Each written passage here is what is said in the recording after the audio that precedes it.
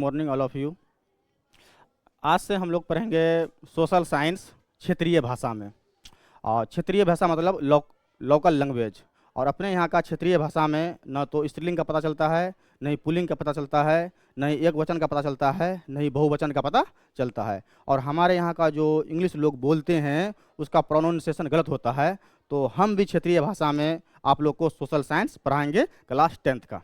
चलिए आते हैं हम विषय वस्तु पर अपना। पहला है कॉमेडी विथ नॉलेज। कॉमेडी तो पूरा होगा, इसकी तो पूरा गारंटी हमारे पास है। अब बात रही नॉलेज की। नॉलेज आपको तभी मिलेगा जो टॉपिक हम आपको पढ़ाएंगे अगर आपको वह समझ में आता है तो नॉलेज मिलेगा। अगर वो टॉपिक आपको समझ में नहीं आता है तो आपका समय बर्बाद हुआ। और स्टूडेंट लाइफ में अगर कोई भी इंसान समय बर्बाद करता है इसका मतलब है कि वो अपना भविष्य खराब करता है। जिस तरह किसी इंसान को कैंसर हो जाए वो बच सकता है? नहीं बच सकता। उसी प्रकार से कोई भी स्टूडेंट अगर स्टूडेंट लाइफ में अपना समय खराब करता है तो उसका भविष्य खराब होना तय है, यह परम सत्य है। तो आप लोग मेहनत से पढ़ाई कीजिए और आगे हम लोग चलते हैं। चैप्टर का नाम है हमारा यूरोप में राष्ट्रवाद। इसको समझने से पहले हम लोग को 350 साल पहले जाना पड़ेगा।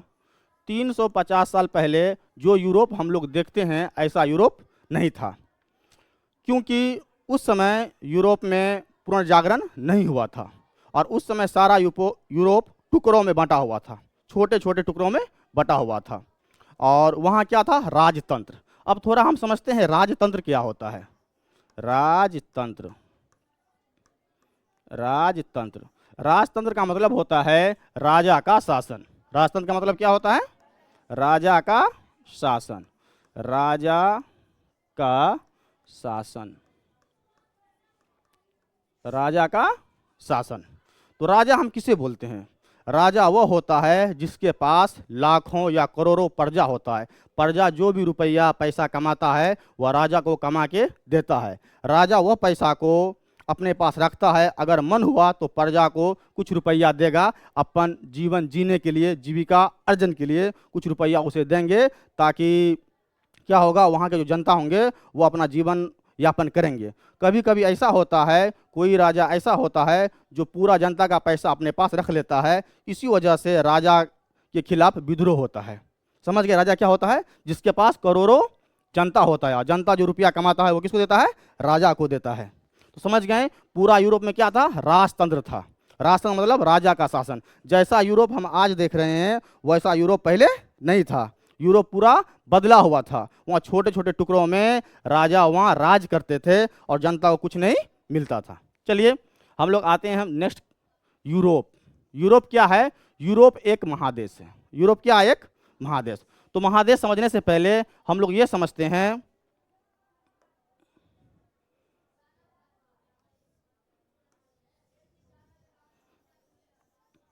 हम लोग महादेश समझते हैं। महादेश क्या होता है?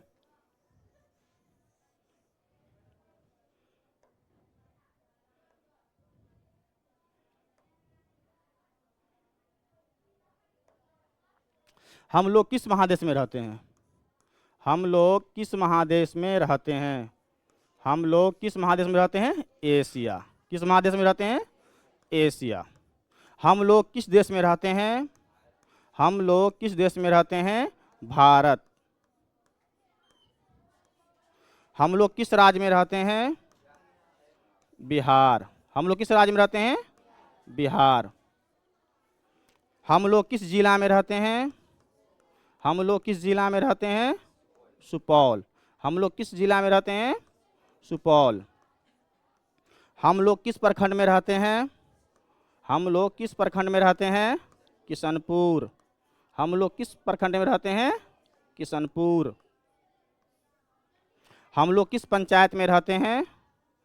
हम लोग किस पंचायत में रहते हैं?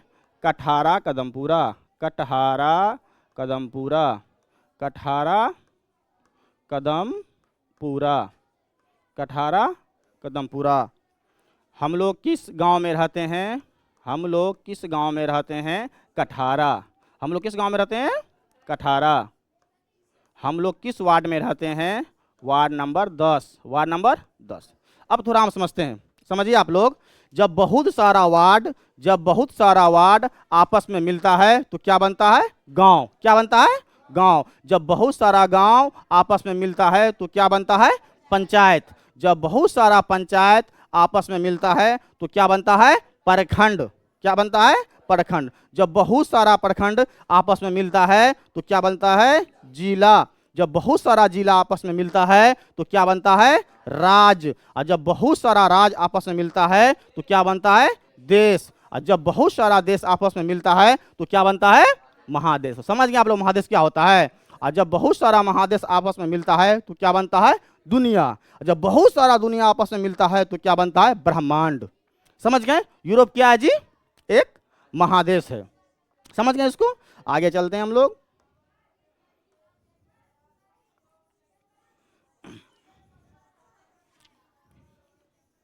समझ गए यूरोप क्या है?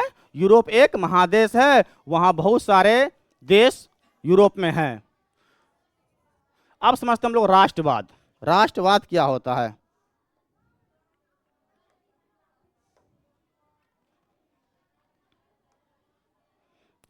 राष्ट्रवाद क्या होता है? ऐसी भावना जो किसी भौगोलिक, सांस्कृतिक या सामाजिक परिवेश में रहने वाले लोगों में एकता का वाहक बनती है, उसे बोलते हैं राष्ट्रवाद। राष्ट्रवाद का अर्थ होता है देश प्रेम। राष्ट्रवाद का अर्थ क्या होता है? देश प्रेम। थोड़ा हम एक कहानी से समझते हैं कि देश प्रेम हम किसे कहते हैं। मान लीजिए आपकी माँ है, अगर आपकी माँ को मारने के लिए कोई इंसान आएगा तो आप क्या कीजिएगा? स्वाभाविक है आप उसका जवाब दीजिएगा।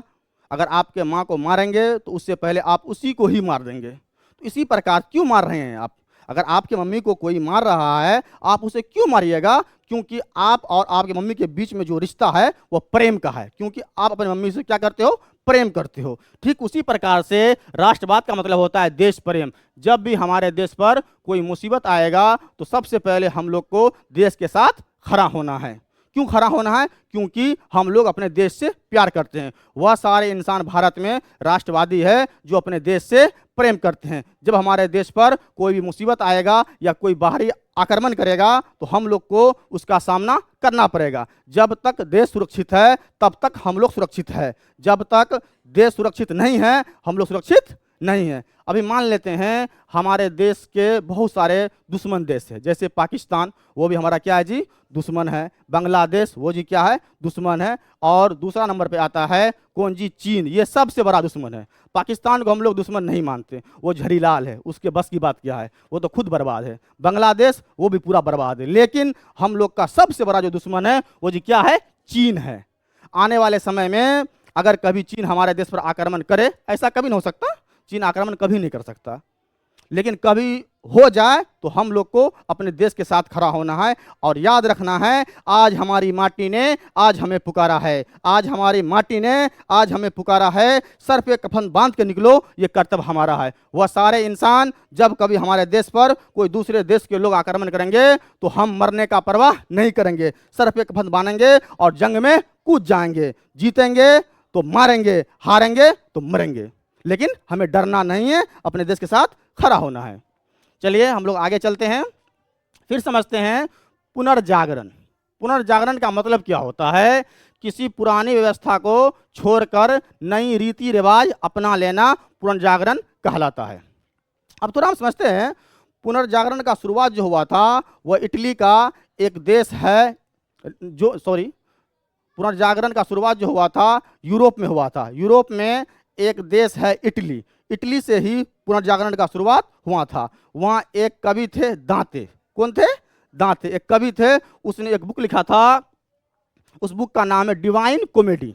डिवाइन कॉमेडी में उसने स्वर्ग और नरक का जिक्र किया था, और स्वर्ग और नरक को उसने काल्पनिक कहा था। और वहाँ के लोगों को बोला कि आप अपने बच्चों में वैज्ञानिक सोच पैदा करें। अगर कोई भी इंसान कुछ बोले तो उसको समझना चाहिए, उसको सोचना चाहिए। अगर कोई भी इंसान कोई बात बोलेगा, अगर उसको हम नहीं सोचेंगे, नहीं समझेंगे तो कोई भी इंसान हमें मूर्ख बना सकता है। आप समझते हैं पुनर्जागरण किसे कहते हैं हम लोग? पुनर्जागरण का मतलब होता है आपको दोबारा जाग उठना। क्या हमारे देश में पुनर्जागरण हुआ है? नहीं। हमारे देश में मात्र 20% लोग ऐसे हैं जो जिसका पुनर्जागरण हुआ है, बाकी लोग का पुनर्जागरण नहीं हुआ है। इसको हम एक कहानी के थ्रू समझेंगे। एक बार की बात है, हम गए 2019 में किसी स्कूल में पढ़ाने के लिए।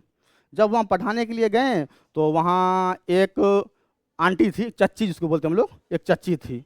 तो वह हमको बोली, बाबू तुम कहाँ आए हो? तो हम बोले हम तो यहाँ पढ़ाने आए हैं। बोले पढ़ाने आए आप? ये जो स्कूल है इसमें भूत रहता है। बोले भूत रहता है? हाँ हाँ, इस स्कूल में भूत रहता है, कहीं बच के पढ़ाइएगा मास्टर साहेब, नहीं तो आप बचिएगा नहीं। तो हम बोले काहे भूत? इतना बड़ा गांव है, उस गांव में कहीं भूत नहीं है, अब भूत स्कूल में आ गया? आपको किसने कहा भूत? हम सुने हैं कि एक आदमी इस स्कूल में गया था, एक लड़का, उस लड़का को मुरी रगड़ के मार दिया था। भूत मार दिया मुरी रगड़ के? बोले हाँ हाँ मार दिया मार दिया। कहले आप कभी देखे हैं भूत को?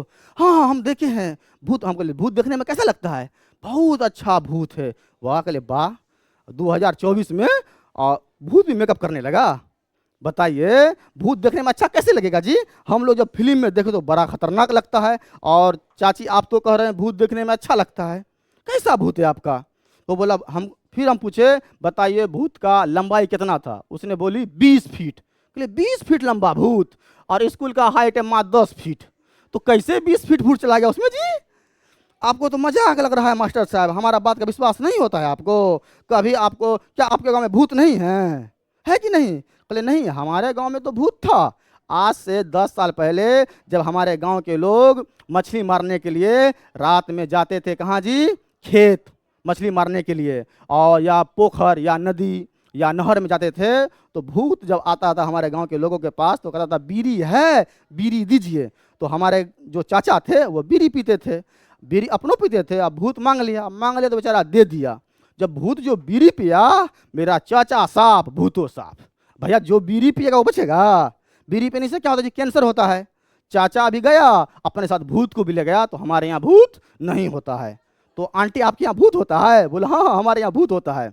हमसे वो पूछा कि अगर आपको भूत मिलेगा तब आप क्या कीजिएगा?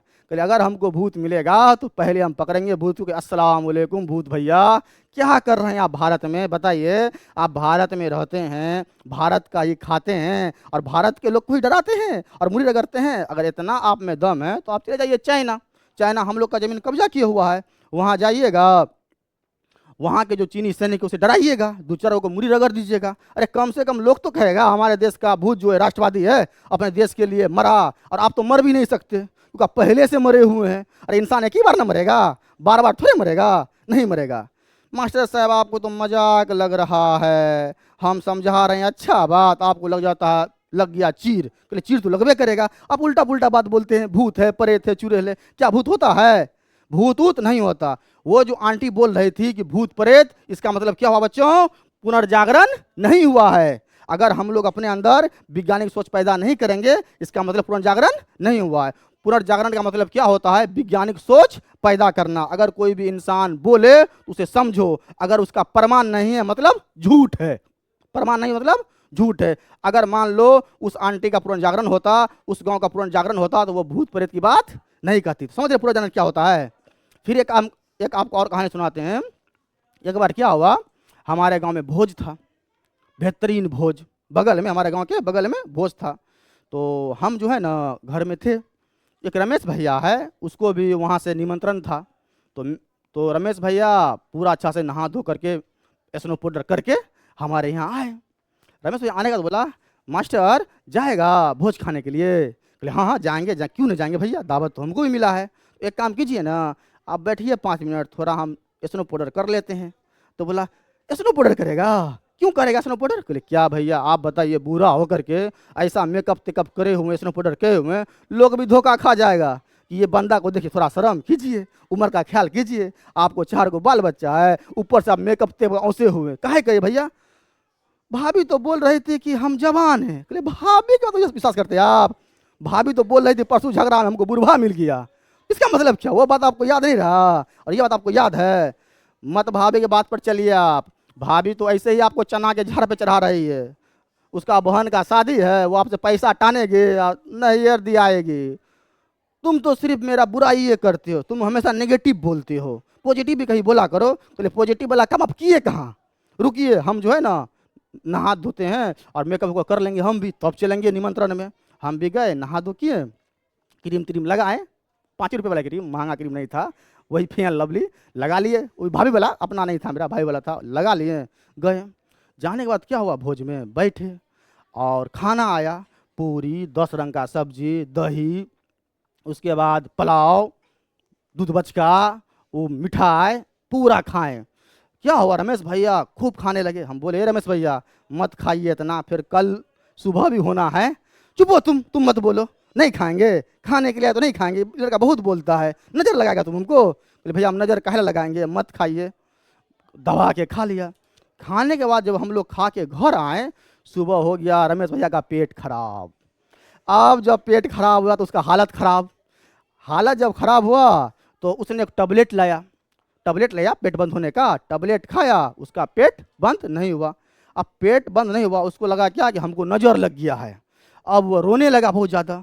हम जा रहे थे, रमेश भैया क्या हुआ आपको, रो रहे हैं? क्या बताएं नसो, हमको तो नज़र लग गया रात में। नज़र लग गया आपको? इतना लोग खाया भोज में, नज़र ही नहीं लगा, सब नज़र आप ही को लग गया भैया? हाँ नज़र लग गया, देखो ना हमारा पेट पूरा खराब है, जैसे टोटी के नल से पानी गिरता है वैसे पानी गिर रहा है। रे भैया दवाई करवाइए, कहाँ ये फालतू बात बोलते, नज़र लग गया हमको, दवाई करवाइए। तो वो क्या किए, बोला कि दवाई तो हम खाएं, टैबलेट तो हम खाएं, लेकिन हमारा बंद नहीं हो रहा है पेट, अब हम क्या करेंगे। उधर से सलीम भैया आ रहा था, बोले क्या हुआ?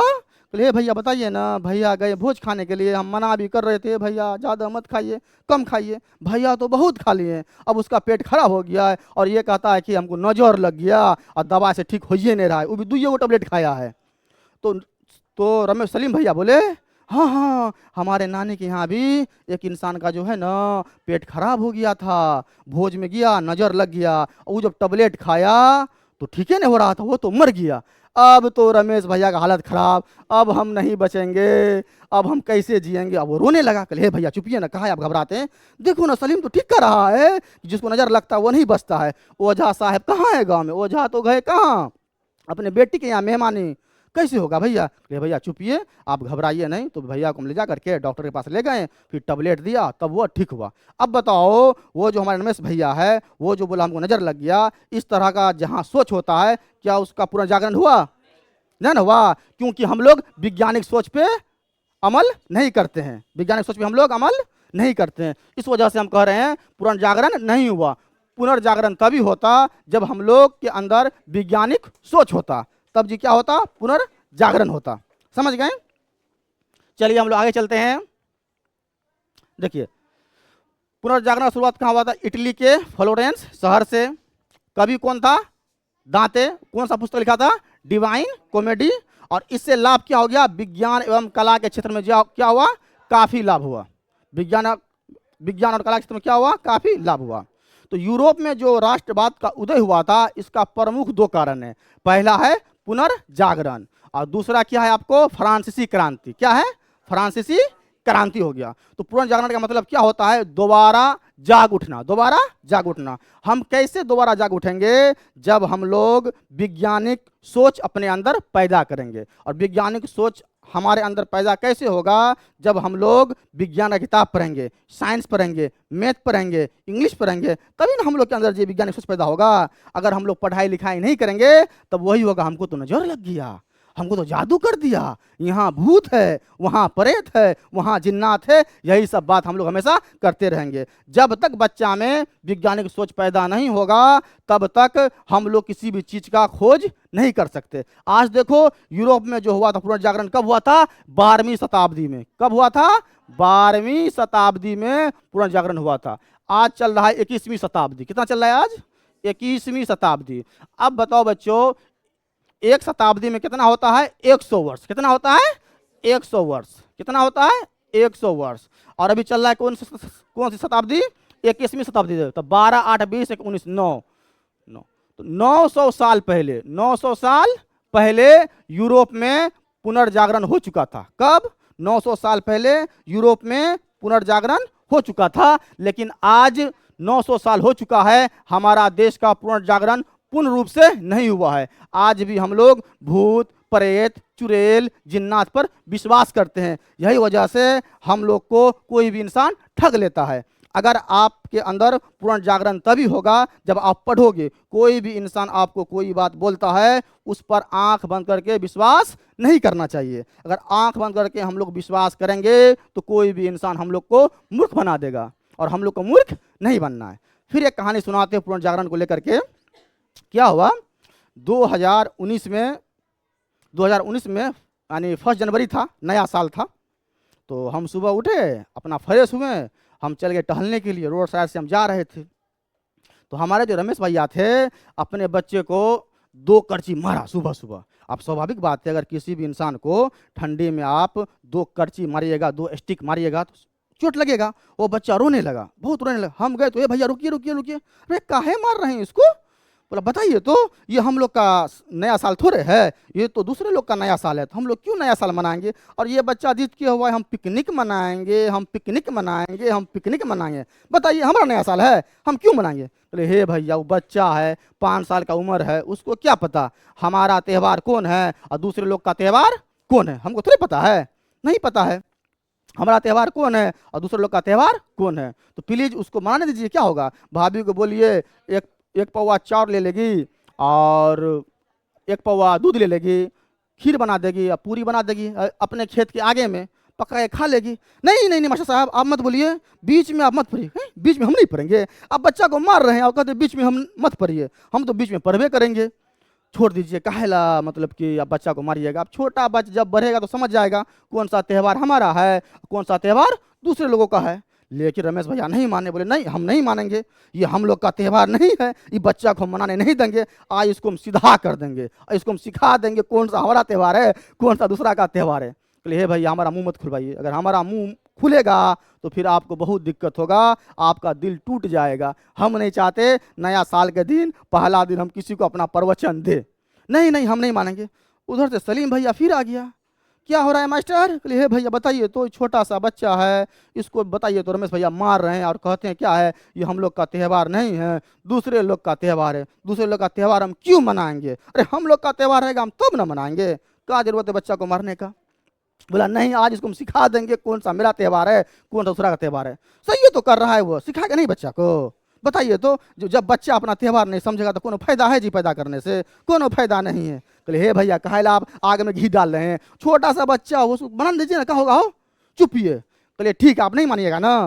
बोले नहीं मानेंगे। बोले ठीक है ये हम लोग का त्यौहार तो नहीं है? बोला नहीं। ये जो आपके यहाँ ट्रैक्टर रखा हुआ ये भी तो हम लोग नहीं बनाए, इसको भी आग लगा दीजिए। ये जो आप मोबाइल चला रहे हैं, मोबाइल तो हम लोग नहीं बनाए, दूसरा लोग बनाया, इसको भी यानी आग लगा दीजिए। ये जो आपके मोबाइल के अंदर कैमरा है, जो आप फोटो ऐसे करके लेते हैं, ऐसे करके लेते हैं, फोटो से उड़ा दीजिए, उड़ा दीजिए फोटो। आपके मोबाइल में जो यूट्यूब है वो भी हम लोग का नहीं है, उड़ा दीजिए यूट्यूब को। आप जो फेसबुक चलाते हैं उसको भी उड़ा दीजिए, वो भी हमारा नहीं है। आपके यहाँ जो बल्ब लगा हुआ है वो भी हम लोग नहीं बनाए, उसको भी उड़ा दीजिए। आप जो घर बनाए, सीमेंट जो लगा है वो सीमेंट हम लोग नहीं बनाए, तोड़ दीजिए घर को। आप जो हवाई जहाज पे चढ़ते हैं उड़ा दीजिए, हवाई जहाज को नहीं चढ़ना है। ये जो आप रेलवे है हम लोग नहीं बनाए, कोई और बनाया है, उड़ा दीजिए रेलवे को।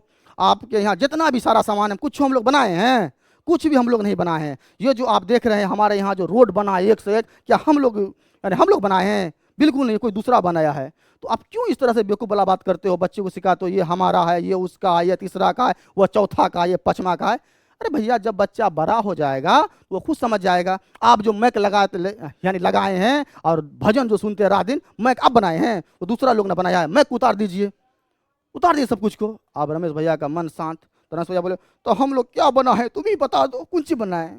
हम लोग को मूर्ख बनाए हैं, लोग को बेवकूफ़ बनाए हैं। अगर अभी ओलंपिक में मूर्ख बनाने में और बेवकूफ़ बनाने में अगर गोल्ड मेडल मिल जाता, एक कोठो गोल्ड मेडल न चाइना जाता न अमेरिका जाता, सारा गोल्ड मेडल हमारे एरिया में आता। हम लोग यही बनाए हैं, लोग को मूर्ख और बेवकूफ़, इसी में हम लोग को जी क्या मिलेगा? गोल्ड मेडल मिलेगा। इस तरह का जो बात रमेश भैया किए, क्या हम लोग का पुनर्जागरण हुआ? नहीं हुआ।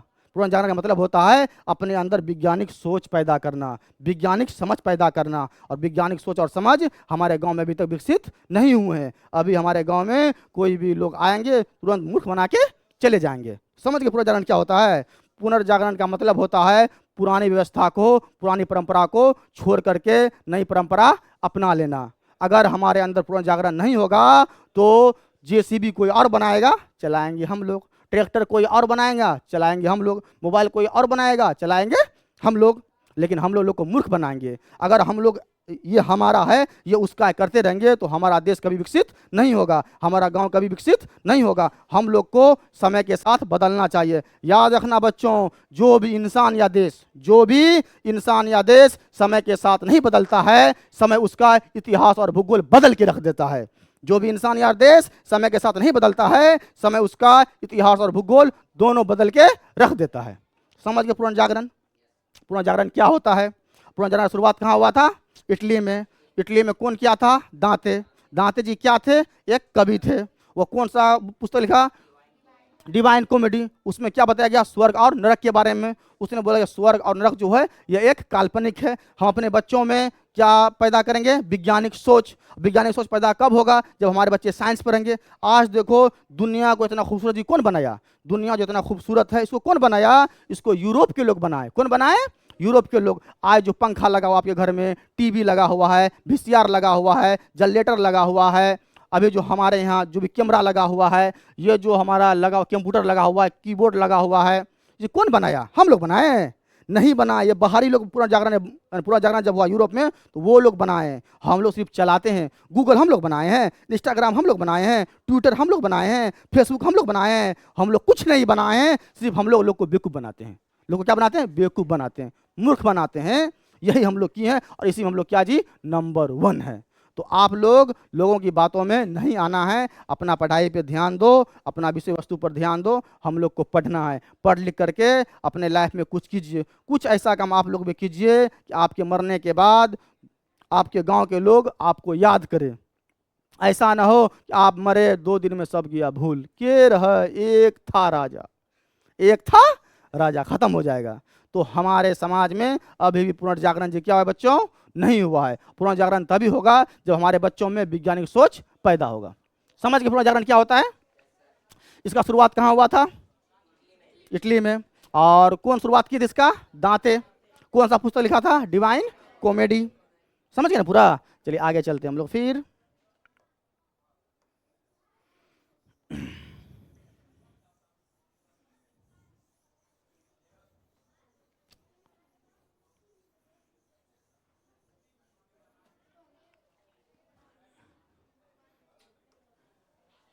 चलिए अब थोड़ा हम लोग समझते हैं यूरोप में जो राष्ट्रवाद हुआ उसमें सबसे बड़ा रोल जी किसका था? पुनर्जागरण का था। ठीक। पुनर्जागरण का मतलब क्या होता है? दोबारा जाग उठना, पुरानी परंपरा को छोड़ करके अपने अंदर वैज्ञानिक सोच पैदा करना, यही ना होता है जी। अब दूसरा था फ्रांसीसी क्रांति। यूरोप में एक देश है फ्रांस। यूरोप में एक देश क्या है जी? फ्रांस है। यूरोप में एक देश है फ्रांस, इसको समझते हैं हम लोग फ्रांस। फ्रांस में उस समय राजा थे लुई 16वां। कौन थे राजा? लुई 16वां। लुई 16वां समझते आराम से हम लोग। लुई 16वां फ्रांस था। फ्रांस में उस समय जी कौन थे राजा? लुई 16वां थे। लुई 16वां पूरा करप्ट था, पूरा बर्बाद राजा था, महाबेवकूफ राजा था, पूरा बेवकूफ राजा। न उसको दिमाग था, कुछ भी नहीं था। जब वो राजा बना तो उसने सबसे बड़ा काम किया कि टैक्स को बहुत बढ़ा दिया, टैक्स को हाई कर दिया कि टैक्स तो लेंगे, टैक्स बेइंतहा लेंगे। अगर कोई इंसान उस समय 100 रुपया कमाता था तो 80 रुपया के आसपास लुई 16वां को देता था। उसके शासनकाल में बेरोजगारी बढ़ने लगी। क्या बढ़ने लगी? बेरोजगारी। लुई 16वां के शासनकाल में बेरोजगारी बढ़ने लगी। तीसरा था भूखमरी।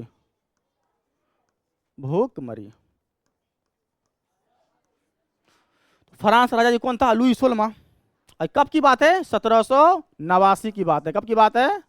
1789 की बात है। फ्रांस राजा जी कौन था? लुई 16वां। लुई 16वां जब राजा बना तो उसने टैक्स को क्या कर दिया? हाई कर दिया। बोले हम टैक्स दबा के लेंगे। दूसरा, उसके शासनकाल में बेरोजगारी बढ़ने लगा, लोग को काम धंधा मिलना बंद हो गया। तीसरा था उसके शासनकाल में भूखमरी बढ़ने लगी। जब ये तीनों घटना हुआ तो वहाँ के जो लोग थे, वहाँ के जो जनता थे, उसने बोला कि ये राजा तो बर्बाद कर दिया देश को। सारे लोग ने मिल करके राजा के विरुद्ध आंदोलन करना शुरू कर दिया और फ्रांस में क्रांति हो गया। क्रांति जब हुआ तो सारे लोग मिल करके लुई 16वां को गद्दी से हटा दिया। लुई 16वां गद्दी से हटा दिया, बोले हम राजतंत्र को स्वीकार नहीं करेंगे, ये राजा मेरा कोई काम का नहीं है, ये चौपट राजा है, इसको सिर्फ टैक्स चाहिए और इसके शासनकाल में बेरोजगारी चरम सीमा पे है, भूखमरी चरम सीमा पे है और उसके शासनकाल में टैक्स जो है चरम सीमा पे है, ये कोई काम का नहीं है। वहाँ के लोगों ने आंदोलन किया और लुई 16वां को गद्दी पर से हटा दिया। तो पहला देश दुनिया में ऐसा था फ्रांस, दुनिया में, पूरा दुनिया में पहला देश ऐसा था फ्रांस जो राजा के विरुद्ध आंदोलन किया, राजतंत्र के विरुद्ध आंदोलन किया और आंदोलन करने के बाद वहाँ के राजा को गद्दी पर से हटा दिया।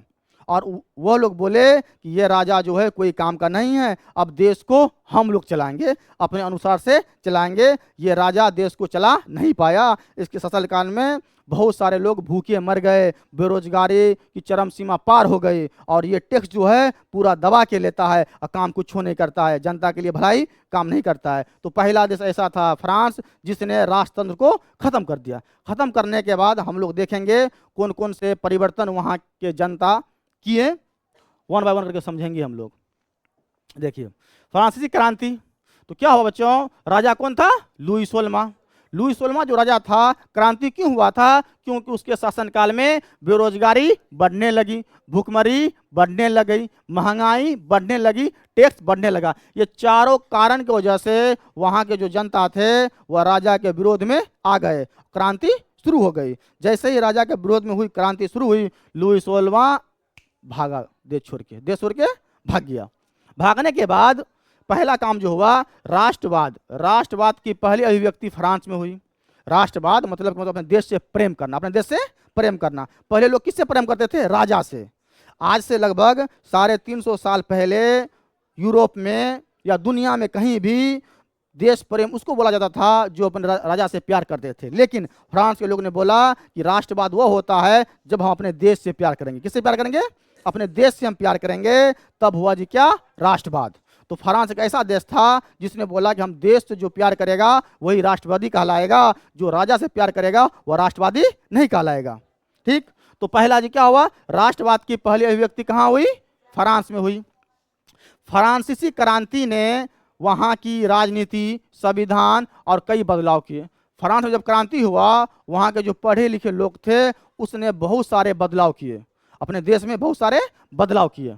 पहला था सन 1789 में सत्ता का स्थानांतरण राजतंत्र से प्रजातंत्र संस्था में हुआ। तो उस समय जो फ्रांस था क्या था, राजतंत्र था।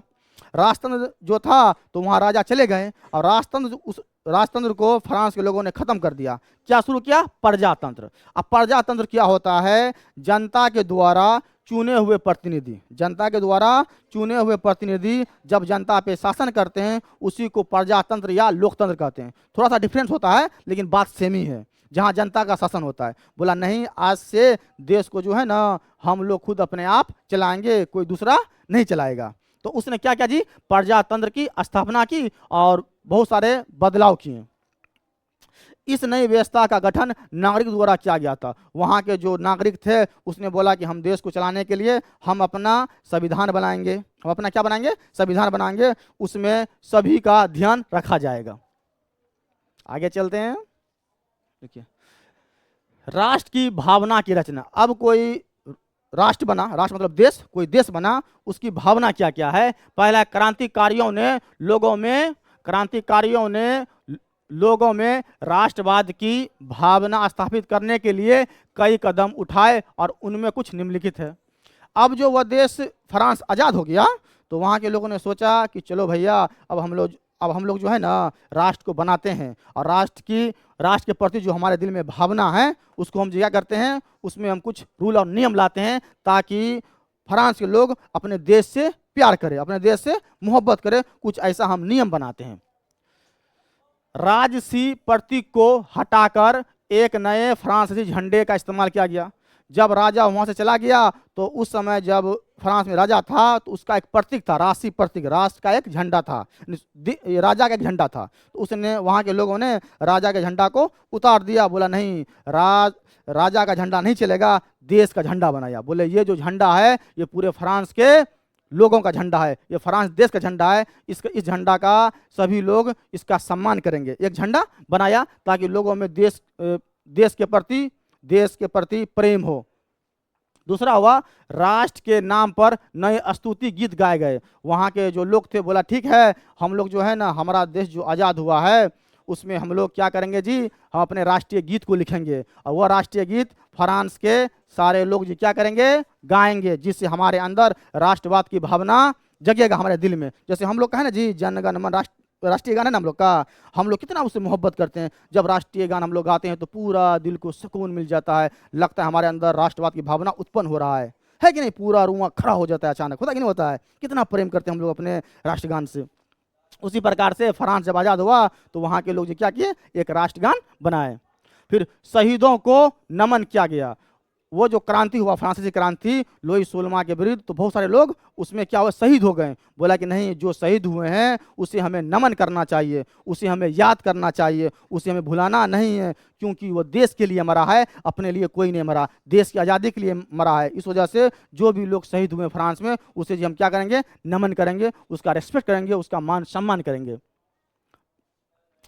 एक व्यवस्था बनाई गई जिनमें सभी नागरिकों के लिए एक ही जैसे नियम बनाए गए। बोला कि एक ऐसा हम व्यवस्था बनाएंगे जिसमें सभी नागरिक जो है हमारे देश के, सभी को समान अधिकार मिलना चाहिए, हर लोग देश में बराबर है। अगर कोई फ्रांस के नागरिक है तो सभी के लिए नियम और कानून क्या होंगे जी, बराबर होंगे। फ्रांस में प्रचलित कस्टम ड्यूटी मतलब कि फ्रांस में उस समय टैक्स था, एक टैक्स जैसे अपने यहाँ क्या है, जीएसटी क्या टैक्स है ना जी, जैसे अपने यहाँ क्या जी जीएसटी हुआ, उसी प्रकार से फ्रांस में जी क्या था, कस्टम ड्यूटी नाम का एक टैक्स था, उसको समाप्त कर दिया गया। बोलिए जो कस्टम ड्यूटी टैक्स है इसको हम जी क्या करेंगे, समाप्त कर देंगे। फ्रेंच भाषा को राष्ट्र की आम भाषा के रूप में बढ़ावा दिया गया। बोला कि नहीं, अगर हम लोग फ्रांस में रहते हैं तो हम लोग का भी अपना एक भाषा हो, तो फ्रांसीसी भाषा को उस समय राष्ट्रभाषा घोषित किया गया। बोला गया कि जो भी इंसान फ्रांस में रहते हैं, जो फ्रांसीसी है वो फ्रेंच भाषा बोलेगा। समझ गए? आगे चलते हैं। यूरोप के अन्य भागों में प्रभाव।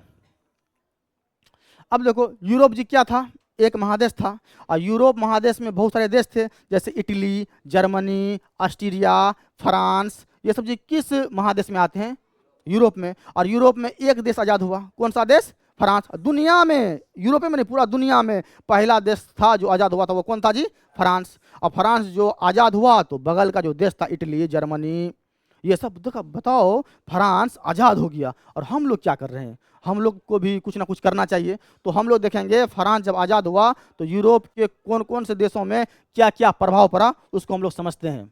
पहला था, फ्रांस में होने वाली गतिविधियों ने यूरोप के कई शहरों में लोगों को प्रभावित किया।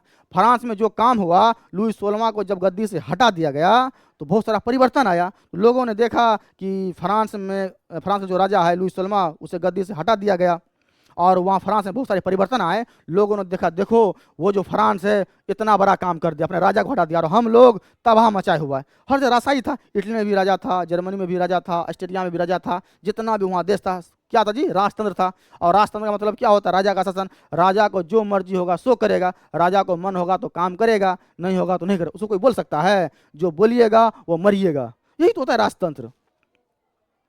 इन शहरों में शिक्षित मध्यम वर्ग के लोगों और छात्रों द्वारा जैकोबिन क्लब बनाए गए। क्या हुआ कि फ्रांस जब आज़ाद हुआ तो उसके बगल में जो सारे देश थे उसने बोला नहीं, फ्रांस जब आज़ाद हो सकता है तो हम लोग भी आज़ाद हो सकते हैं। तो वहाँ के लोगों ने क्या बने, जैकोबिन क्लब बनाए। अब जैकोबिन क्लब क्या होता है, जैकोबिन क्लब ये होता है कि उस क्लब में बहुत सारे युवा यानी इकट्ठा हुए, हजारों युवा इकट्ठा हुए। इकट्ठा होने के बाद उन लोगों ने सोचा कि देखो हम लोग अपने देश में राष्ट्रवाद की भावना उत्पन्न करेंगे, अपने लोगों में किसका भावना, राष्ट्रवाद की भावना उत्पन्न करेंगे। वो लोग ग्रुप बनाया और हर शहर में जाके कहने लगा, अरे भैया आप क्या कर रहे हैं बताइए, फ्रांस छोटा सा देश, वो आज़ाद हो गया और आप लोग राजा गुलामी कर रहे हैं, अरे अपने देश के लिए जीजिए, देश का बुरा हाल कर दिया हम लोग का राजा। तो सभी के अंदर क्या किया जी, राष्ट्रवाद की भावना उत्पन्न करना शुरू कर दिया और लोगों को समझाने लगा कि ये राजा किसी काम का नहीं होता है, जो फ्रांस जैसे आज़ाद हो गया हम लोग भी आज़ाद होंगे, हम लोग भी क्या होंगे, आज़ाद होंगे। जैकोबिन क्लब बनाया गया, उस क्लब के अनुसार वहाँ के जो लोग थे संगठन बना करके लोगों को देश प्रेम की भावना जगाना शुरू कर दिया। इटली के भी लोग, जर्मनी के लोग ऑस्ट्रिया के लोग, अगल बगल का लोग अपने अपने देश में यानी राष्ट्रवाद की भावना जगाना शुरू कर दिया वहाँ के लोगों में, जिसे ये लगता था कि जो राजा से प्रेम करेगा वही राष्ट्रवादी होगा। गलत, जो देश से प्रेम करेगा वो राष्ट्रवादी होगा, जो देश से प्रेम करेगा वो राष्ट्रवादी होगा, और जो राजा से प्रेम करेगा वो राष्ट्रवादी नहीं होगा। सारे लोग को समझाने लगा। कौन सा क्लब बना करके, जैकोबिन क्लब। समझ गए जैकोबिन क्लब क्या होता है। चलिए, इन क्लबों की गतिविधियों ने फ्रांस की सेना द्वारा घुसपैठ का रास्ता साफ कर दिया। इन क्लबों की गतिविधियों ने फ्रांस की सेना द्वारा घुसपैठ का रास्ता साफ कर दिया। मतलब कि फ्रांस में जो सेना थे वो बोला एक काम करते हैं, हमारा देश तो आज़ाद हो गया, हम बगल में जा करके वहाँ के लोगों को भी समझाएंगे, बाबू हमारा देश तो आज़ाद हो गया, तुम लोग भी कुछ करो अपना, तुम लोग को भी आज़ादी मिल जाए।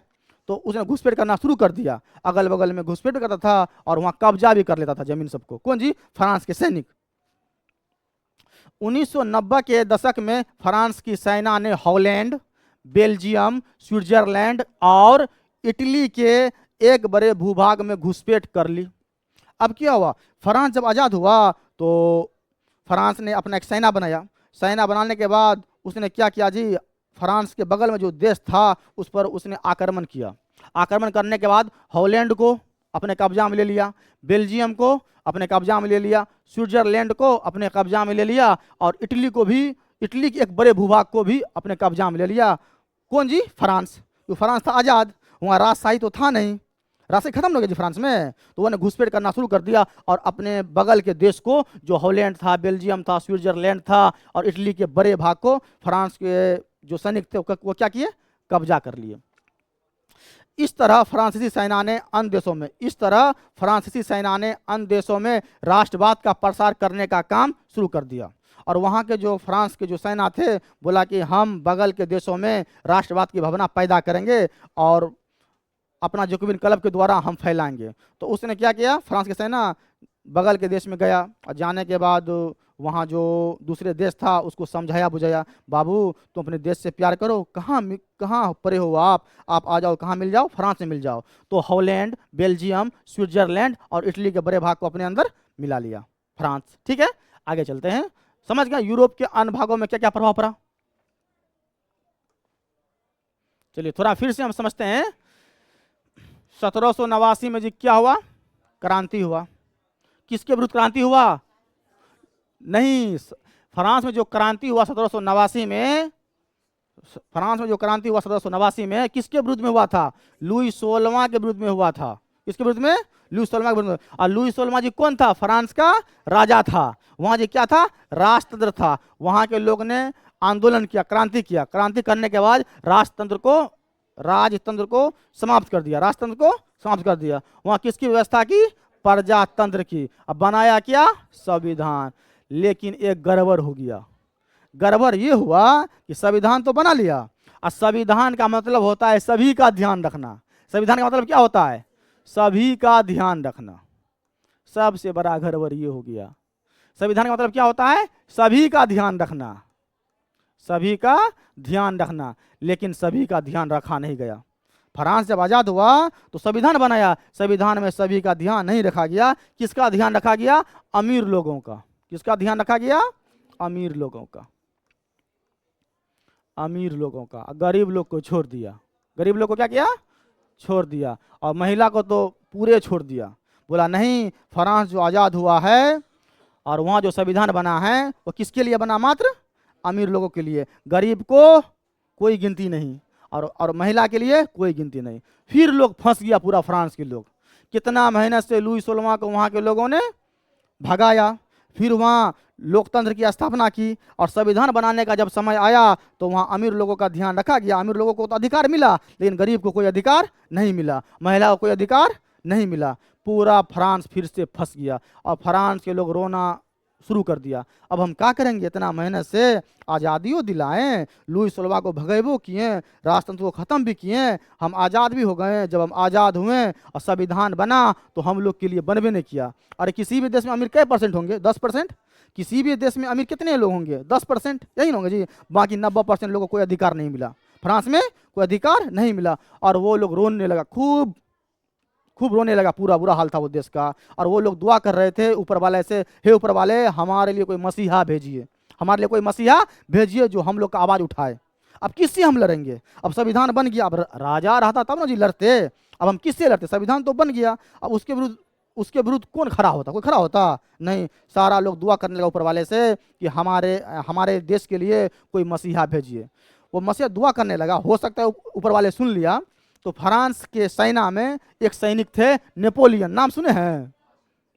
नेपोलियन कौन थे? नेपोलियन। नेपोलियन जो था बच्चों, वो फ्रांस के एक सैनिक था। फ्रांस का क्या था? एक सैनिक था। वहाँ उसने क्या किया, बहुत सारे लोग को जमा किया। नेपोलियन जो था, बहुत सारे लोग को फ्रांस में, जो सैनिक तो थे पहले से, बहुत सारे लोगों को उसने जमा किया। जमा करने के बाद फ्रांस पर आक्रमण कर दिया। किस पर आक्रमण कर दिया? फ्रांस पर। फ्रांस पर क्या किया? आक्रमण कर दिया। आक्रमण करने के बाद देखिए क्या क्या होता है। आगे चलते हैं। फ्रांस में क्या किया? आक्रमण कर दिया। आक्रमण करने के बाद क्या हुआ जी? नेपोलियन राजा बन गया। नेपोलियन क्या बना? राजा। किसका राजा बना? फ्रांस का राजा बना। और फ्रांस आज़ाद तो हो गया था। किससे आज़ाद हुआ था? लुई 16वां से। और लुई 16वां से जब फ्रांस आज़ाद हुआ तो क्या बनाया? संविधान। और संविधान जब बनाया तो सभी का ध्यान नहीं रखा गया। किसका ध्यान रखा गया? अमीरों का। किस रखा दिखा गया ध्यान? अमीरों का। गरीब लोग दुआ करने लगे ऊपर वाले से, हे ऊपर वाले हमारे लिए मसीहा भेज दीजिए। ऊपर वाला उसका सुन लिया। और नेपोलियन जो था वही फ्रांसीसी क्रांति, फ्रांस के जो सेना थे उसी में से एक सैनिक थे। वो अपने लोगों के साथ लोग को जमा किया। बोला ठीक है हम लोग फ्रांस पे आक्रमण करते। फ्रांस पे आक्रमण कर लिया और बन गया जी नेपोलियन क्या? राजा। कहाँ का? फ्रांस का। दुनिया का सबसे अच्छा राजा किसे कहा जाता है? नेपोलियन को। किसको? नेपोलियन। फिर फ्रांस में क्या हो गया? राजतंत्र। क्या हो गया? राजतंत्र। देखते हैं नेपोलियन जो राजा बना फ्रांस में कौन कौन सा परिवर्तन करता है। नेपोलियन 1804 से 1815 के बीच फ्रांस का राजा था। तो नेपोलियन गद्दी पर कब बैठा? 1804 में। और कब तक शासन किया? 1815 में। चलिए, नेपोलियन ने फ्रांस में प्रजातंत्र को तहस नहस कर दिया। वो जो मतलब कि फ्रांस जो आज़ाद हुआ था, समझे, प्रजातंत्र का जो स्थापना हुआ था और जो वहाँ के लोग संविधान बनाए थे, बोला नहीं आज के बाद प्रजातंत्र राजतंत्र नहीं रहेगा, प्रजातंत्र नहीं रहेगा, हम राजतंत्र लेके आएंगे, राजा का शासन होगा। प्रजातंत्र में जितना भी रूल नियम बना था, संविधान जो बनाया गया था अमीरों के लिए, उसको जी क्या किया? खत्म कर दिया। कौन जी? नेपोलियन। फिर वहाँ जी क्या हो गया? राजतंत्र की स्थापना हो गई। समझ गए ना? पहले था राजतंत्र, फिर बना प्रजातंत्र। जब फिर नेपोलियन आक्रमण किया तो फिर क्या बन गया?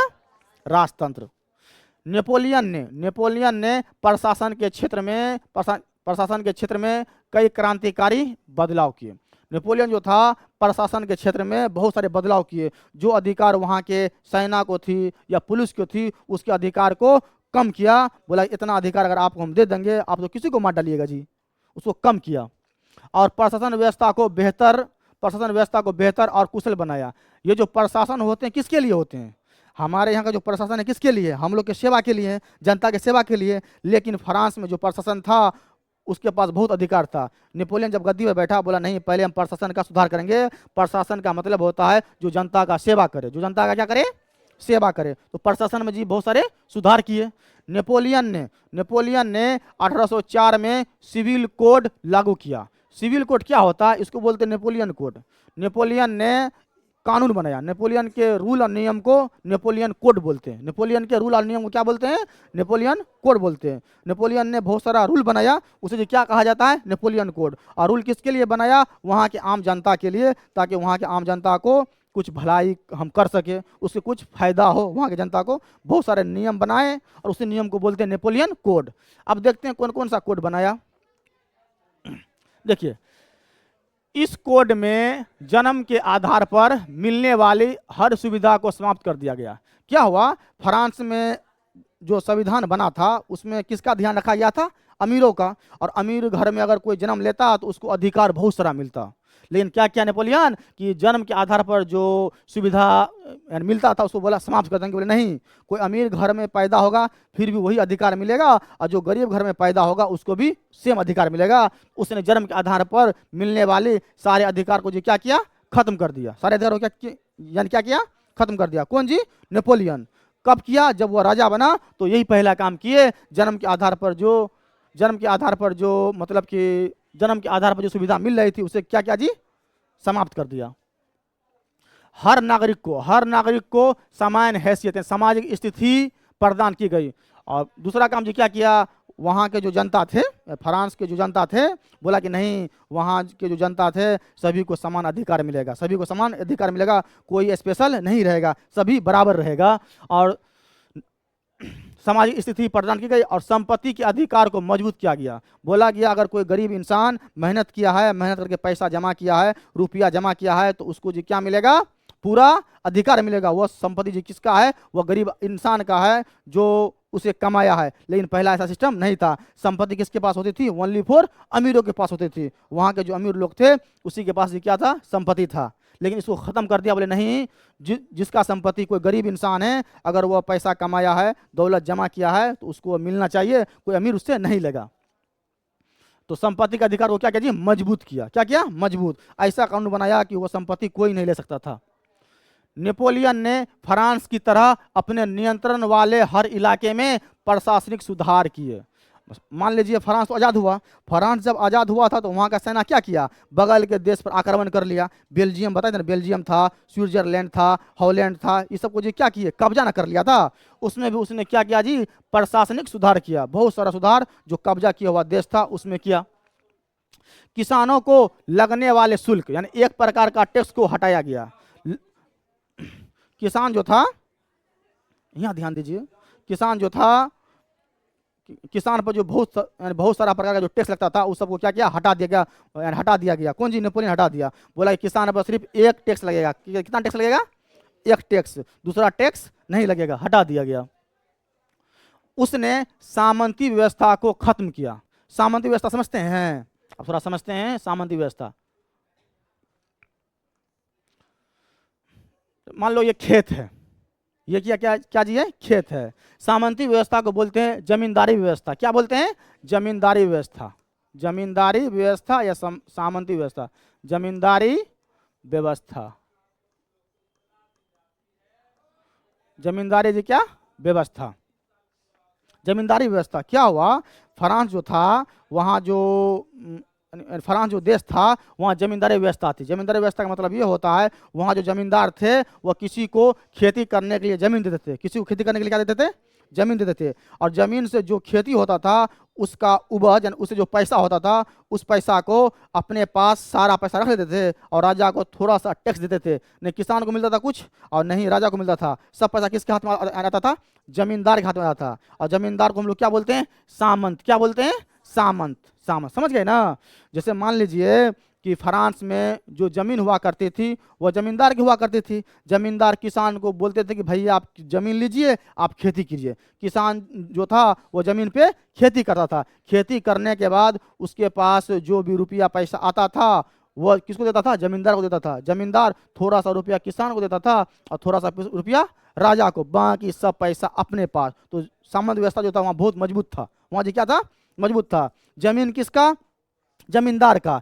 खेती कौन करे, किसान। राजा कुछ मिला नहीं, यार सब खेती करे किसान, सब पैसा अपने पास रहेगा। कौन जी, जमींदार। तो ये समाप्त कर दिया। बोला नहीं, जो किसान होगा जमीन उसी की होगी, जो खेती करेगा जमीन उसी की होगी। तो नेपोलियन ने क्या किया, सामंती व्यवस्था को खत्म कर दिया। कहाँ जी, फ्रांस में। कब किया, जब नेपोलियन राजा बना। जब नेपोलियन राजा बना उसने शहरों में प्रचलित शिल्प मंडलियों द्वारा लगाई गई पाबंदियों को भी समाप्त कर दिया गया। अब शिल्प क्या होता है, शिल्प यानी मंडलियों क्या होता है, जैसे मान लीजिए उस समय पढ़ाई लिखाई पर जो टैक्स हुआ करता था, पढ़ाई लिखाई पे जो टैक्स हुआ करता था, मान लीजिए, और जो छपाई पर जो भी टैक्स हुआ करता था उसको समाप्त कर दिया गया। बोले नहीं, जिस चीज़ में जो चीज़ एजुकेशन से जुड़ी हुई है, जो चीज़ शिक्षा से जुड़ी हुई है, उस पर हम टैक्स नहीं लगाएंगे। उस समय जो छपाई होती थी उसको भी हटा दिया गया। कौन जी? नेपोलियन। बोला नहीं, पढ़ने लिखने वाले चीज़ों पर टैक्स नहीं होगा। समझ गए?